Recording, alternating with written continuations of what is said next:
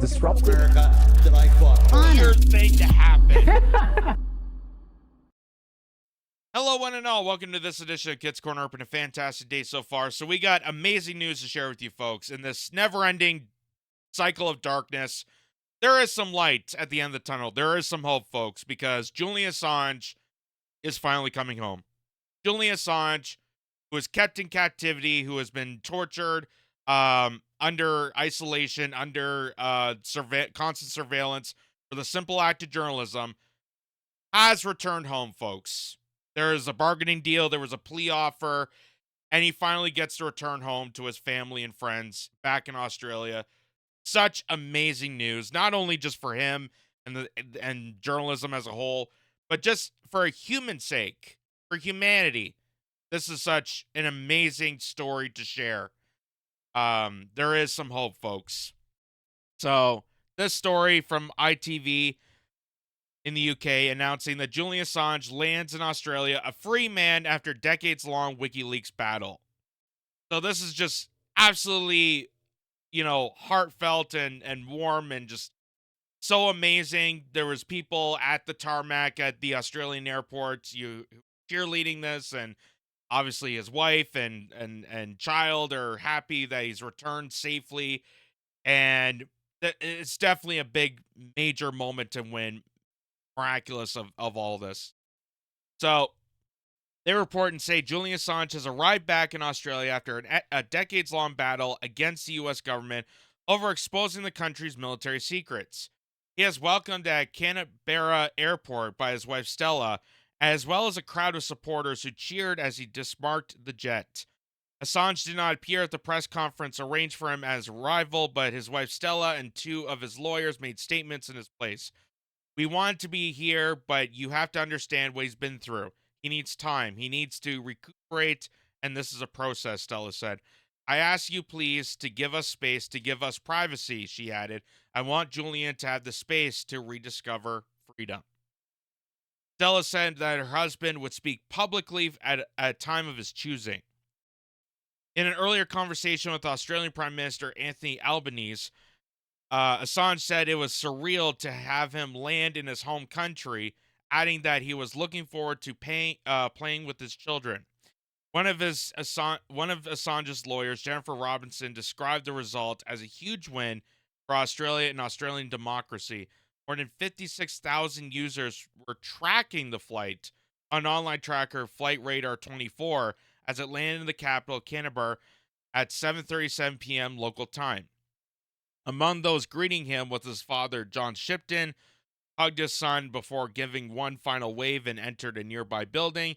It comes after the WikiLeaks founder pleaded guilty to obtaining and publishing U.S. military secrets during a 3-hour hearing in a court on the U.S. Commonwealth island of Sapin? I don't know how to pronounce that. Sapien? The U.S. Justice Department agreed to hold the hearings on the remote island in the Pacific Ocean, far east of the Philippines, because Assange refused to travel to the United States for obvious reasons. Sapien was also selected because it's near Assange's home in Australia. The Free Julian Assange campaign is crowdfunding to cover the cost of the flight, which it says cost $520,000, which he now owes the Australian government. The crowdfunding page has garnered more than £360,000 worth of donations online at the time of this writing. His wife Stella said she can't stop crying after Assange walked free from a U.S. court in the early hours of Wednesday UK time. Alongside a photo of the WikiLeaks founder leaving the court in Sapien, she wrote on X, Julian walks out of Sapien Federal Court a free man. I can't stop crying. The court case marks the final chapter in Assange's battle with the United States, which prosecuted him under the Espionage Act over an alleged conspiracy to obtain and disclose confidential military records. So, this is an absolutely fantastic news to hear about this, because so many people have been covering this for such a long time. There's been countless journalists and followers and activists who have been covering this throughout. And we were, unsure of the outcome of this.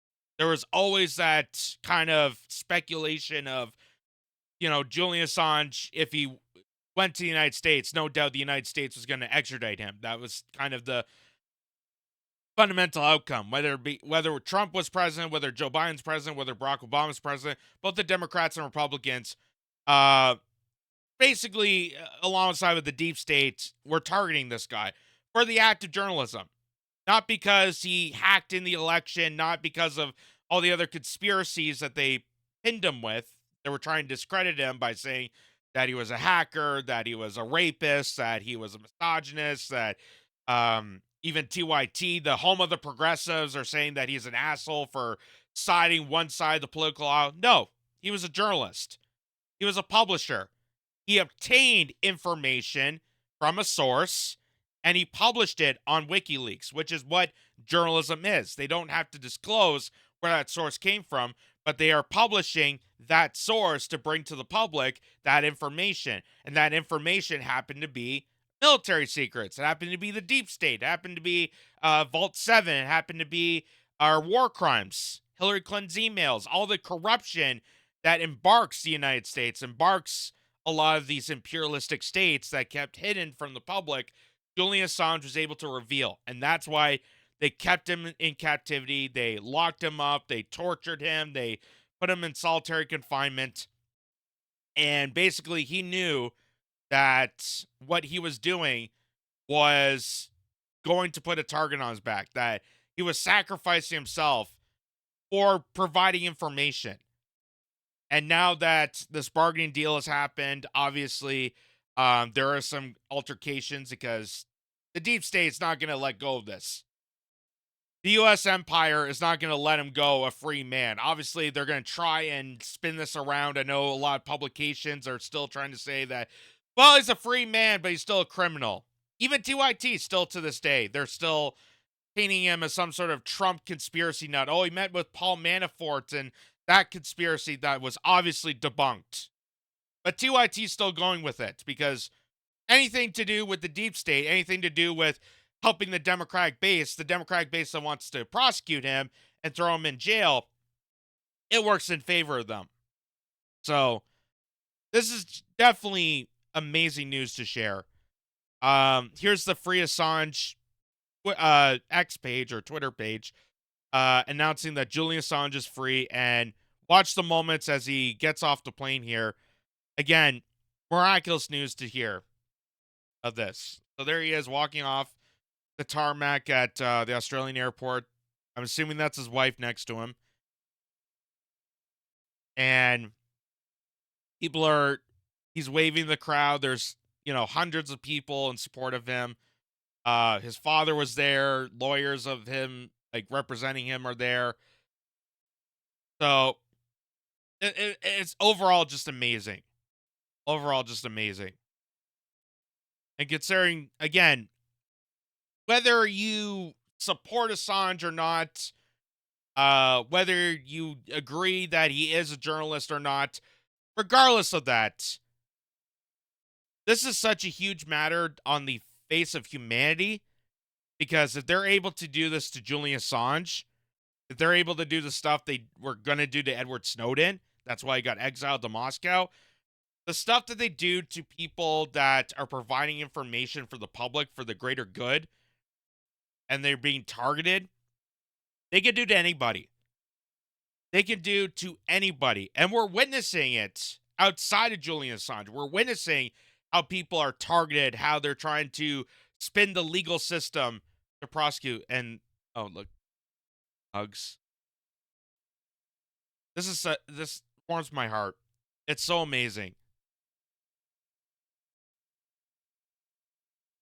That's beautiful.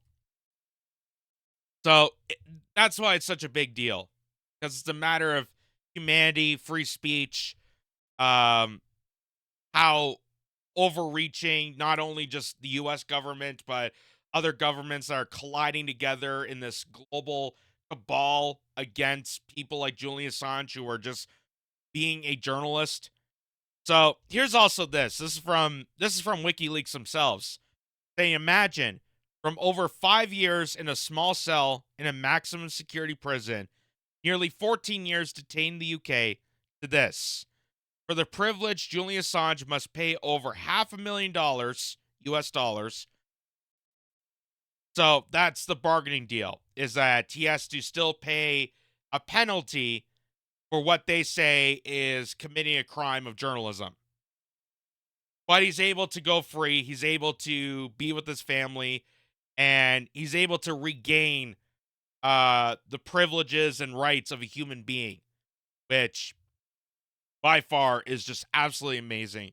And again, regardless how you feel about this guy, I hope you feel that he is a spectacular human being. But regardless of that, this is such a monumental moment. This should be, documented in history, that this is a individual who was severely prosecuted at the helms of criminals that control over us, to hide information that they didn't want revealed to the public, heinous information that we, the general public, should know about, and how they're treating us, how they're treating the rest of the world.